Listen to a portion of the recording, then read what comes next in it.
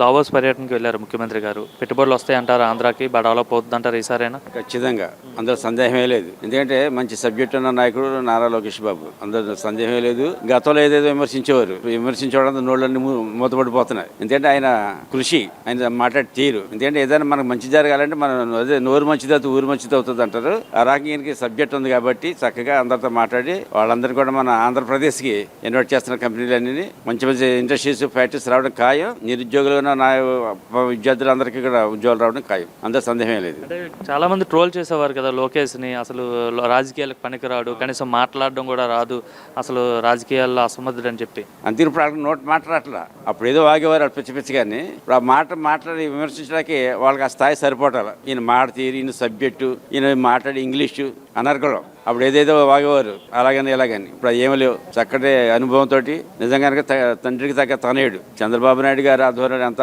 అద్భుతంగా జరుగుతుందో, లోకేష్ బాబు వల్ల అద్భుతమైన కంపెనీలు రావడం అందరికీ చాలా నమ్మకంగా ఉంది. ముఖ్యంగా ఉద్యోగాలు ఎదురు చూస్తున్న నిరుద్యోగులు మాత్రం చాలా ఆశలతో ఉన్నారు. వాళ్ళ ఆశలు నెరవేర్చడం ఖాయం.